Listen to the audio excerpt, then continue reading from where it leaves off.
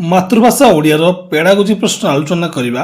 Method ପ୍ରଶ୍ନ ଦେଖନ୍ତୁ, 1 number ଅଛି ମାତୃଭାଷାରେ ଶିକ୍ଷା ଦେବାର ମୂଳ ନୀତି କ'ଣ?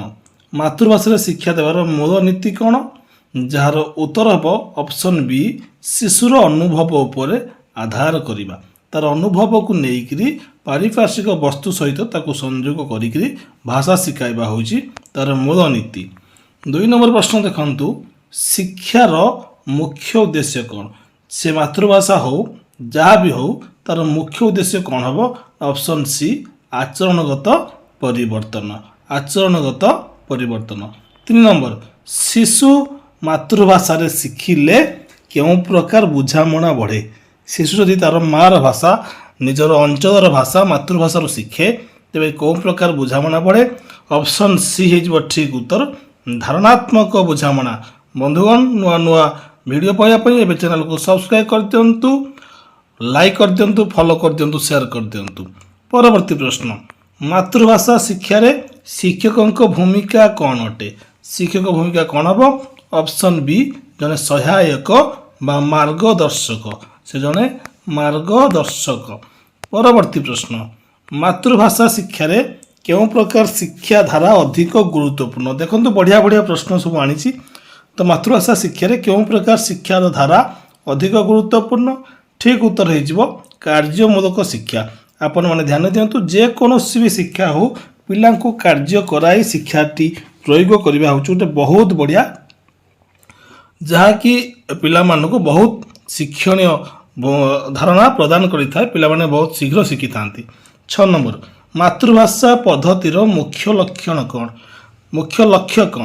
ତେବେ ଠିକ୍ ଉତ୍ତର ହେଇଯିବ ଅପସନ୍ ବି, ସମ୍ପୂର୍ଣ୍ଣ ବ୍ୟକ୍ତିତ୍ୱ ବିକାଶ। ସର୍ବାଙ୍ଗୀନ ବିକାଶ ଯେଟା କହୁଛୁ ଆମେ, ସେଟା ହେଲା ସମ୍ପୂର୍ଣ୍ଣ ବ୍ୟକ୍ତିତ୍ୱ ବିକାଶକୁ ବୁଝାଇବ। ପରବର୍ତ୍ତୀ ପ୍ରଶ୍ନ, ମାତୃଭାଷାରେ ଶିକ୍ଷାକୁ କେଉଁ ସଂଗଠନ ସମର୍ଥନ କରେ? ମାତୃଭାଷାରେ ଶିକ୍ଷାକୁ ୟୁନେସ୍କୋ ସମର୍ଥନ କରେ। ୟୁନେସ୍କୋ, ବଢ଼ିଆ ପ୍ରଶ୍ନ, ମନେ ରଖନ୍ତୁ। ପରବର୍ତ୍ତୀ ପ୍ରଶ୍ନ, ମାତୃଭାଷା ଶିକ୍ଷା କେଉଁ କ୍ଷମତାକୁ ବଢ଼ାଏ? ଅପସନ୍ ବି ହେଇଯିବ ଆଲୋଚନାତ୍ମକ ଚିନ୍ତନ। ଚିନ୍ତନ ଶକ୍ତିର ବିକାଶ କରାଇବ ମାତୃଭାଷା ଶିକ୍ଷା। ପରବର୍ତ୍ତୀ ପ୍ରଶ୍ନ, କେଉଁଟି ମାତୃଭାଷାରେ ଶିକ୍ଷା ଦେବାର ଏକ ସମସ୍ୟା ନୁହେଁ? ଏକ ସମସ୍ୟା ନୁହେଁ, ଯେଉଁଟାକି ବୁଝିବା କଠିନ ଗୋଟେ ସମସ୍ୟା, ରୁଚି ନଥିବା ଗୋଟେ ସମସ୍ୟା, ଶିକ୍ଷକ ନଥିବା ଗୋଟେ ସମସ୍ୟା, ଆଦର୍ଶ ପଠନ ଗୋଟେ ଉପଯୁକ୍ତ ପଦ୍ଧତି ଗୋଟେ ସମସ୍ୟା ନୁହେଁ। ଏଦ୍ୱାରା ପିଲାଟି ବହୁତ କିଛି ଶିଖିବ, ଭଲ ଭାବରେ ଶିଖିବ। ମାତୃଭାଷା ଶିକ୍ଷାରେ କେଉଁ ଦକ୍ଷତାଟି ପ୍ରଥମେ ଥାଏ? ଦେଖନ୍ତୁ, ଲେଖିବା, ପଢ଼ିବା, କହିବା, ଶୁଣିବା, କେଉଁଟା? ଯେଉଁଟାକି ଶୁଣିବା ପ୍ରଥମେ ଥାଏ। ତାକୁ ମନେ ରଖନ୍ତୁ, ସୂତ୍ର ହେଲା ସୁକ ପଲେ। ସୁକ ପଲେ, ଶୁଣିବା, କହିବା, ପଢ଼ିବା, ଲେଖିବା, ଏଇଟା ହେଲା ମୁଖ୍ୟ ଜିନିଷ, 4ଟି ମୁଖ୍ୟ ଦକ୍ଷତା। ପରବର୍ତ୍ତୀ ପ୍ରଶ୍ନ, ମାତୃଭାଷାରେ ଶିକ୍ଷା ଦେଲେ କେଉଁ ପ୍ରକାର ଶିକ୍ଷା କାର୍ଯ୍ୟକାରୀ ହୁଏ? ମାତୃଭାଷାରେ ଶିକ୍ଷା ଦେଲେ କେଉଁ ପ୍ରକାର ଶିକ୍ଷା କାର୍ଯ୍ୟକାରୀ ହୁଏ?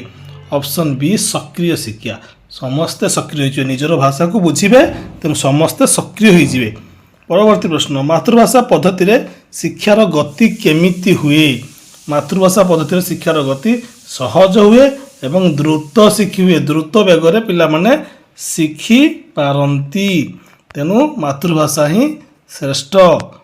ପରବର୍ତ୍ତୀ ପ୍ରଶ୍ନ, ମାତୃଭାଷାରେ ଶିକ୍ଷା ଦେଲେ କ'ଣ ବଢ଼େ? ପିଲାର କ'ଣ ବଢ଼େ? କ'ଣ ବଢ଼ିବ ନା ବୁଝିବା ଶକ୍ତି, ଧୀ ଶକ୍ତି ବଢ଼ିବ। ପରବର୍ତ୍ତୀ ପ୍ରଶ୍ନ, ମାତୃଭାଷା ପଦ୍ଧତି କେଉଁ ପ୍ରକାର ଶିକ୍ଷାକୁ ସମର୍ଥନ କରେ? ଅପସନ୍ ବି ହେଇଯିବ ଠିକ୍ ଉତ୍ତର, ଶିଶୁ କୈନ୍ଦ୍ରିକ ବା ଶିଶୁ କେନ୍ଦ୍ରିତ ଶିକ୍ଷାକୁ ସେ ସମର୍ଥନ କରେ। ମାତୃଭାଷା ଶିକ୍ଷାରେ ଶିଶୁର ଭୂମିକା କ'ଣ? ସକ୍ରିୟ ଅଂଶଗ୍ରାହୀ। ପିଲା ସକ୍ରିୟ ଭାବରେ ଅଂଶଗ୍ରହଣ କରିବ। 16 ନମ୍ବର ଦେଖ, ମାତୃଭାଷା ଶିକ୍ଷା କାହା ସହିତ ଜଡ଼ିତ? କାହା ସହିତ ଜଡ଼ିତ? ଠିକ୍ ଉତ୍ତର ହେଇଯିବ ଅପସନ୍ ଏ, ସାଂସ୍କୃତିକ ପରିଚୟ। ଭାଷା, ସାହିତ୍ୟ, ନିଜର ସଂସ୍କୃତିକୁ ଆଗେ ଧ୍ୟାନ ଦିଏ। ପରବର୍ତ୍ତୀ ପ୍ରଶ୍ନ, ମାତୃଭାଷାରେ ଶିକ୍ଷା ଦେଲେ ପିଲାଙ୍କଠାରେ କେଉଁ ଗୁଣ କମିଯାଏ? କେଉଁ ଗୁଣ କମିଯାଏ?